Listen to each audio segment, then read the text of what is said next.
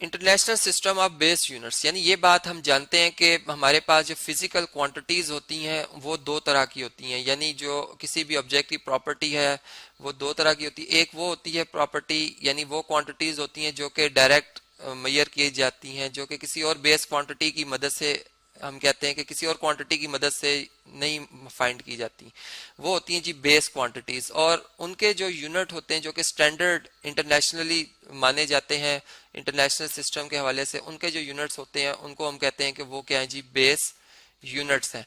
और फिर इसी तरह वो क्वांटिटीज जो कि बेस क्वांटिटी की मदद से बनाई जाती हैं या उनकी मेजरमेंट की जाती है, उन्हें हम कहते हैं कि वो जो बेस क्वांटिटी की मदद से हासिल होती है उन्हें हम डिराइव्ड क्वांटिटीज कहते हैं।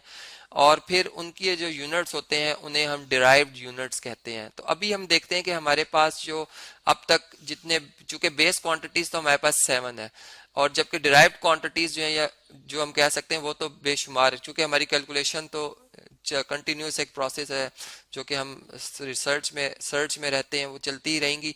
तो हम यूं बात करते हैं कि जैसे हमने ये बात की थी कि 1 मीटर है, 1 मीटर को हमने यूं डिफाइन किया था कि जब हम एक रॉड, यानी हमने फर्ज करें ए से लेकर बी तक ये देखना है कि इस रॉड की कितनी लेंथ है, तो हमने एक international bureau of weights and major जो कि पेरिस में पड़ा, उसमें एक स्टैंडर्ड रखा हुआ है जी मीटर का, जो कि एक प्लाटिनियम और इरिडियम की अलाई की एक रॉड है, और ये कहा था कि जी ये डिस्टेंस 1 मीटर होगा। तो फिर उसी को इसके साथ से हम नापते हैं, ये 2 हो गए, यहाँ पर ये 3 हो गए, यानी यहाँ तक अगर देखें 3 मीटर, यहाँ पे 4 और ये 4.5, तो हम ये कह देंगे जी इस बार की जो लेंथ है ये 4.5 मीटर है।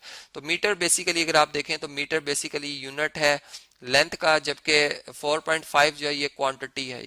तो जब हम किसी फिजिकल क्वांटिटी की मेजरमेंट करते हैं तो उसमें हमारे पास उसकी मैग्नीट्यूड और उसके यूनिट दोनों जब इस्तेमाल होते हैं तो तब वो मेजरमेंट जो हमारी मुकम्मल होती है। तो इस तरह से हमने देखा कि इंटरनेशनल सिस्टम में जो हम बेस अब यूनिट्स के हवाले से बात करेंगे, जैसे टाइम हमने मेजर नापना है, मेजर करना है, तो टाइम के लिए स्टॉप वॉच यूज़ की जाती है। और इसका भी एक जो है वो बाकायदा हमने देखा था कि इसको जब हमने डिफाइन किया था तो हमने कहा था कि ये जो एटॉमिक क्लॉक है वो बेसिकली जो है वो सीजियम 133 जिसका एटॉमिक मास नंबर है, उसकी वाइब्रेशन जो हो रही होती है एक, यानी वो जितनी बहुत ज़्यादा एक वाइब्रेशन कर रहा होता है 1 सेकंड में, वो 1 सेकंड को, यानी इतनी ज़्यादा वाइब्रेशन को हमने 1 सेकंड कहा था। तो यहाँ से फिर हमें पता चलता है कि अच्छा ये टाइम जो है वो सेकंड्स में मेजर होता है। तो यहाँ पर मैंने कुछ बेस यूनिट्स लिखे हैं, जैसे हम देखें तो लेंथ जो है वो मीटर्स में मेजर की जाती है, जिनके एक सिंबल जो है वो एम से, स्मॉल एम से जाहिर किया जाता है। इसी तरह मैस जो है किलोग्राम में मेजर किया जाता है, जिसको हम केजी से जाहिर करते हैं। इसी तरह इलेक्ट्रिक करंट को अगर आप देखें तो एम्पेयर यानी कैपिटल ए से जाहिर किया जाता है। ये बेस क्वांटिटीज हैं, यानी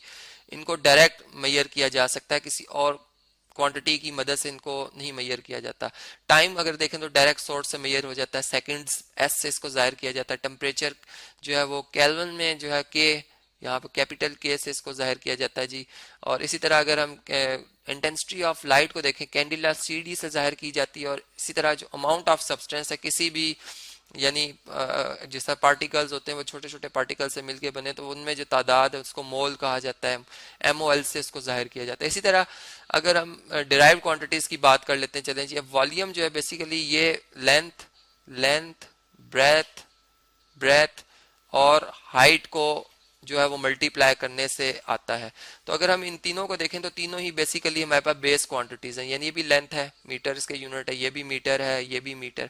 तो अगर हम देखें तो ये तीनों 3 टाइम्स मीटर, जो कि लॉ ऑफ एक्सपोनेंट की बेस पर अगर बेसिस सेम और पावर ऐड हो जाती हैं तो इसके यूनिट जो है वो मीटर क्यूब बन जाते हैं, जो कि मैंने यहाँ पर क्यूबिक मीटर लिखा हुआ है। इसका फोर्स जो है ये भी न्यूटन, चूंकि न्यूटन ने इसके बारे में बात की थी तो उनके नाम से इसको रखा गया। ये एन से, कैपिटल एन से जाहिर किया जाता है। प्रेशर जो पास्कल में पीए से जाहिर किया जाता है। वर्क को जॉल्स में जे से जाहिर किया जाता है जी। इस तरह से कैपिटल जे बना दिया जाता है इस तरह से, ठीक है।